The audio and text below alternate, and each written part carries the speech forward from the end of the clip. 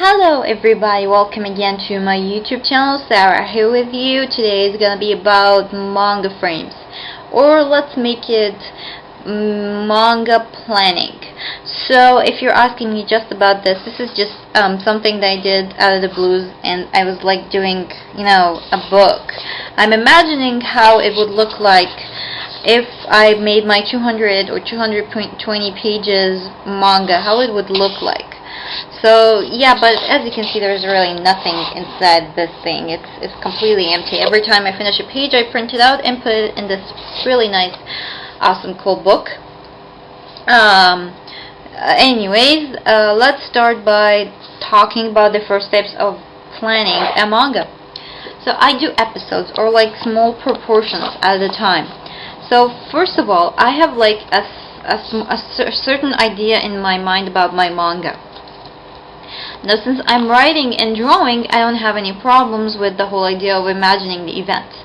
But if there was like two people like writing and then probably another one who was drawing, those guys gotta work it out together. Like the writer need to explain to the person who draws how he wants or how he imagines the events going.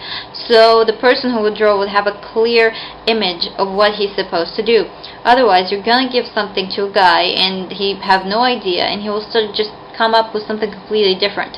And this is where the writer sort of like plays a big and important part, which is like telling the person or the artist to draw like how you want your events to go. Like very, very important for the writer to kind of explain or to tell his point of view of where or how he wants his work to be like.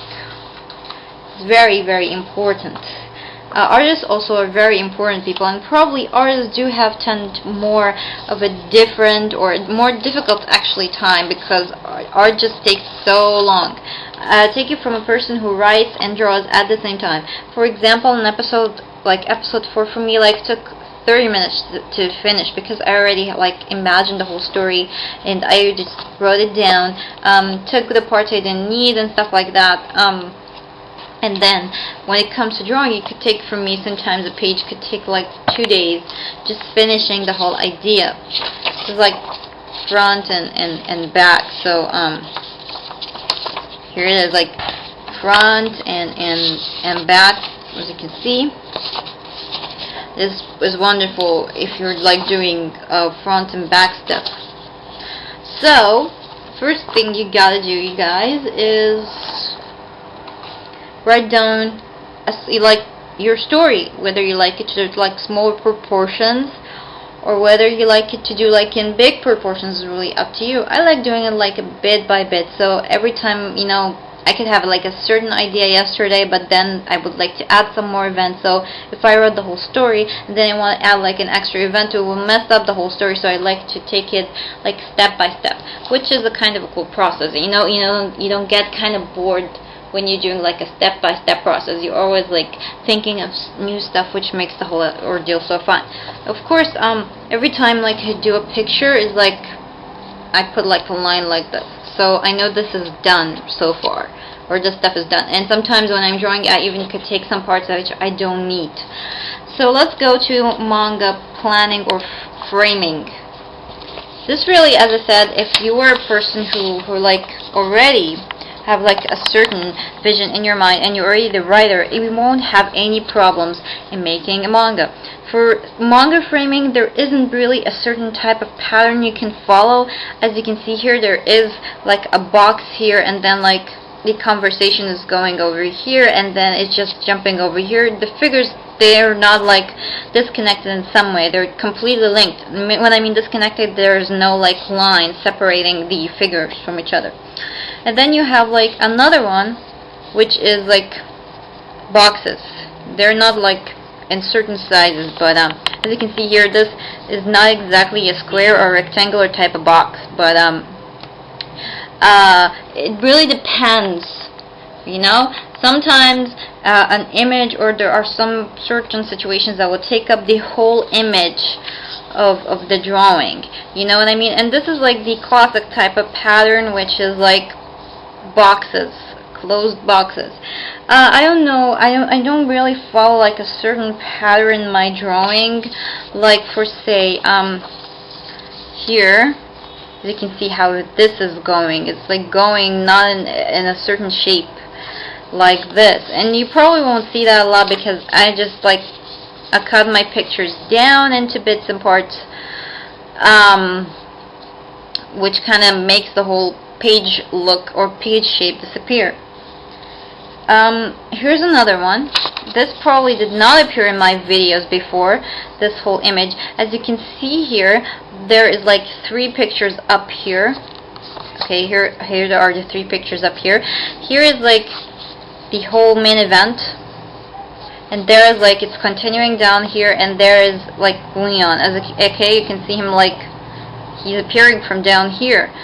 So it's kind of a good idea if you're like doing like big main events to concentrate on them. Now that like will take like a big chunk of the page. This one I like did this image, and then I had like a small part, so I didn't have any choice but to put something inside, and this is where I put this little image here. So it really depends on the story, how it goes by. Every page has a different shape. As you can see here, this one is overlaying on this one, and then you have like a line separating them, unlike which is like this, you know, there's like comic book styles here. So manga really doesn't really have a certain pattern to follow. You know, the type of pattern you feel you should do. You should follow that pattern, whether it was like normal comic style or whether it was something like parts overlaying other kind of events. See? Like this. This is all I have to say for you guys. And there's like certain stuff that I like. For say there's this cry of help, which is like help. So much she's really scared and frightened, and she's like concentrating on help. So it's like she wants to scream it out loud, and since we're already making a manga, we can't make our characters talk, so we want to concentrate or just show how much she's screaming, and that's why this little tiny cool shape appears here. Another one also is like when my chief was angry, he just like he did something like, I don't know what this motion is called, but he just put his hand so hard on the desk and stop this right now. And I like this shape a lot because it kind of concentrates so much on people who are angry or, as I said, frightened and this kind of stuff. Another thing about manga framing is that the fact that there are actually the effects is written. I've seen this recently. And I think it's a really cool thing, which is if for say a door is closing, so it's like slam, or for say when Chief said, you know, stop this now, there is like stare between those two guys, you know, they have stopped arguing, and then they looked at the Chief like stare, there's a stare going there, and for say that Lisa is turning her head like turn, and there's a little turn here. This is another thing about manga, is that they write down the effects or draw them, and I think that's a really cool thing. I really like the whole idea of writing down the effects of manga. But anyways, you guys, this was just the whole idea on manga framing, on manga planning, you know, and everything like that, because a lot of people, they have a good story in their minds, they come up with characters, but they have no idea how to put it. So you can, as I said, put it in squared comic book like, or you can do it as overlaying. It's really up to you. If you're guys working with 2 people together, the writer has to explain to the person who draws his vision of what he wants. I hope this will help some of you guys out there, especially who have asked about frames and stuff, and I will see you in another video. Bye bye.